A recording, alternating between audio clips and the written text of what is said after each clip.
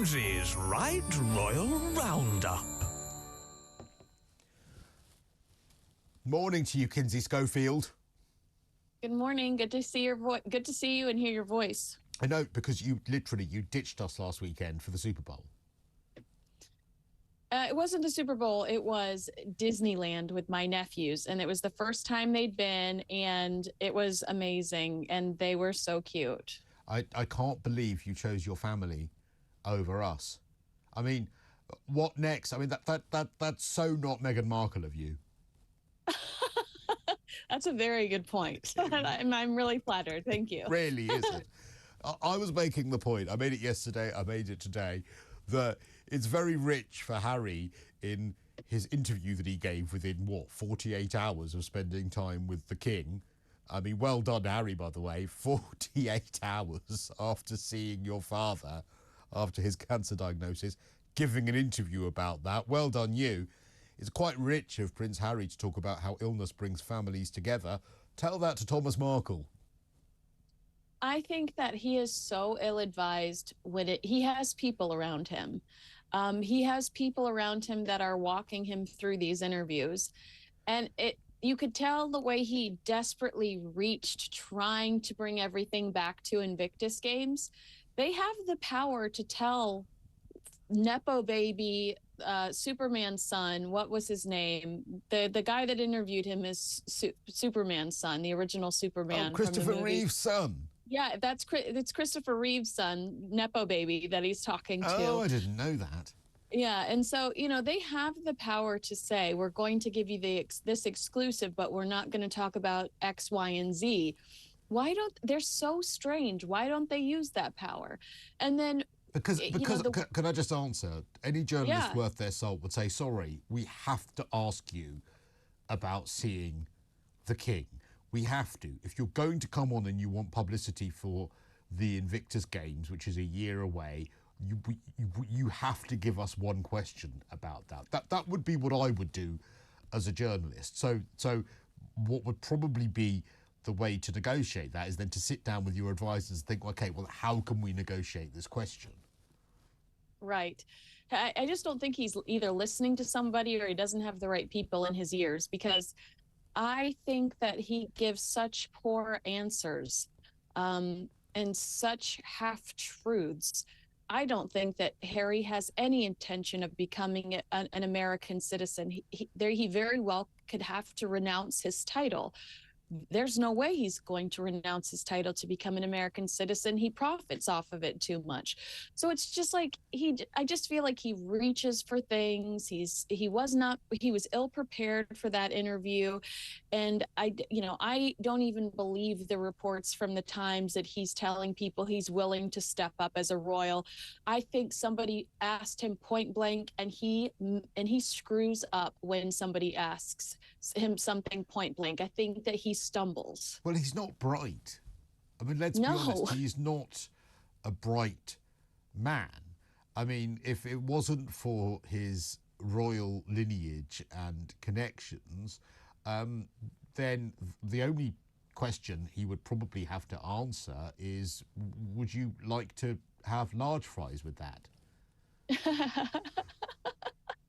And my answer would be yes.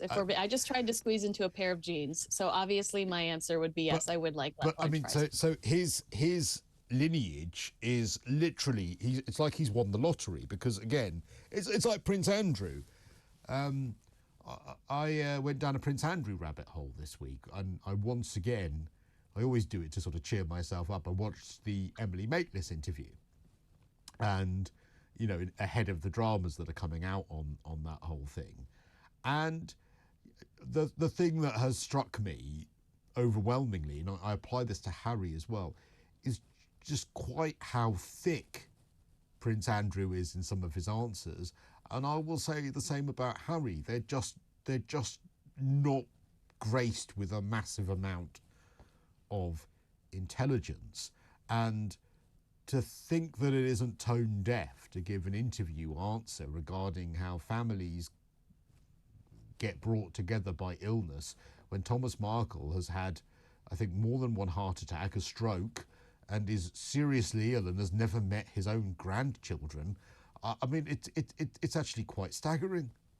I don't understand why he couldn't just say, because he did at one point he says that's between me and my father. I don't understand why he couldn't just say that's a very personal subject to me, and you know it's a fresh subject, and I'd actually really just like to keep that closer, you know, to the chest. You know, I don't understand why he tried to bring everything back to Invictus some way, and then as media we definitely blow it up and interpret it, even though he's saying, yeah, I think illness does bring families together. Look at everybody here. I mean, he's trying to bring it all back to Invictus, and then we go, Harry says illness brings family together. He's talking about royal family. So I just wish he would be a little bit more media savvy when it comes to, but how can you be when you do these things so few and far between, and it's always just to promote something, you know? I mean, obviously right. he's trying to promote something that otherwise, why do people do interviews? But I just don't think that he's very good at it. Well, again, of course he'd point over there at people who are participating in the Invictus Games when it comes to families being brought together by illness, because he can't point at his own. He can't say, yeah, look at my family. Look at the way we all banded together around Meghan's father. You know, the man who put my wife through school, the man who essentially raised her for Got her years. her first job on General Hospital. He got her first job on General Hospital. Yeah, so we've really wanted to rally round and stand by him, because you know, it's really important the way in which you know, we acknowledge the sacrifice he made for Meghan, because he's a really important person in her life. And when someone gets ill, that's when you forgive some of the mistakes they've made. Of course, he can't say that. He could say it about his own family, of course, because that's where the money is. Did you see the article in the Daily Mail that said Harry flew out with the intention to go to Sandringham, but palace officials would not allow him to do that? And yeah, it's the front page of today's Sun on Sunday, actually. It's they Harry said that Blocker. they were afraid that they weren't going to be able to shake him off, that they were afraid that they weren't going to get him. To me, that speaks volumes. I mean, I don't necessarily know if that's true, because I think he wanted to show up to the NFL honors event. But the idea that the palace thinks they can't shake him off, does that mean they feel like there's trouble at home? Well, I'm amazed, actually. I'm not sure I completely believe this story, and I'll tell you why. Because why would Harry want to revisit Sandringham after the trauma which he described in Spare of being given the smallest bedroom last time he was there? So why would you want to relive something so traumatic? That's a good point. Thoughts and prayers to him. Yeah, no, the story is that they made sure that it was all very structured so that he could only have a brief moment with the king at Clarence's house, to ensure that he didn't come along to Sandringham and they were stuck with him. So they said, you can spend 30 minutes with him and then you can book yourself into a hotel. Thanks for showing up. Thanks for coming. But to go back to your point, that's what good advisors are there for. That's the people around the king saying, you're not having too long with him, because this will end up in an interview, this will end up in a book. Someone will say something that's not right. Someone will say something that will be misconstrued, and it'll end up all over the front pages. So yes, you can see him. Yes, you've got to see him. Yes, he's your son, but you're getting 10 minutes, 12 at most, which is actually all he got, because otherwise you know what's going to happen.